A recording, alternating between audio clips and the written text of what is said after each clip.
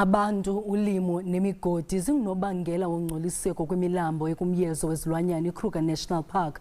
Lomyezo uthi imeko engantlanga yokuhlaliswa koluntu ingangunobangela welindle eliye liyokungena emilanjeni. Kwilinge lokulwa ungcoliseko lwamanzi, amagosa kulomyezo wezilwanyana asebenzisana noomaspala neenkokheli zomthonyama kwinkqubo zokufundisa ngokulawulwa kwamanzi. Imifula legeletako ingumthombo wempilo. Lo mfula isabi losuka ngale eThabajewu ugeleta ungena kulesiqiwu iKruger National Park uphakele mandi kuletindzawo letakhelene nalesiqiwu. Kanti uphindze ube indzawo yelihlobo lwetinhlanti lecishe tibe nge-46.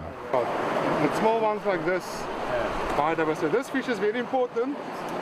So we're trying to show that if you deteriorate the system to such an extent, you will start losing fish, you will start losing little bugs, and that will cause the system to sort of, in the end, collapse. Kepha kungcola lokusuka etimayini nakubomasipala kuyinsayeka. The issues we have from a pollution perspective now is really around eutrophication, so that's nutrient enrichment that arises a lot out of municipal wastewater work problems. And then we also have a bit of plastic pollution that comes in from waste management from urban areas outside the park.